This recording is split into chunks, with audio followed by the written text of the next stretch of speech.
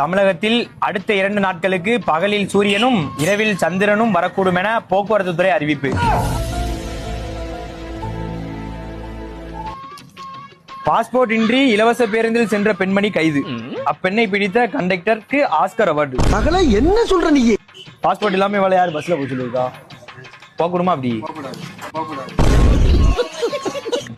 உலகக்கோப்பை ஜல்லிக்கட்டில் இறுதி சுற்றில் நுழைந்தது அர்ஜென்டினா அணி. இரட்டை காளையை பிடித்து மெஸ்ஸிக்கு கிரைண்டர் பரிசு.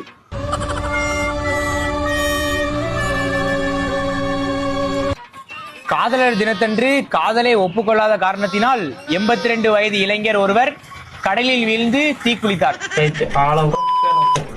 அவர் பெற்றோருக்கு அரசு சார்பாக 12 லிட்டர் மண்ணெண்ணெய் இலவசமாக கொடுத்தார்கள்.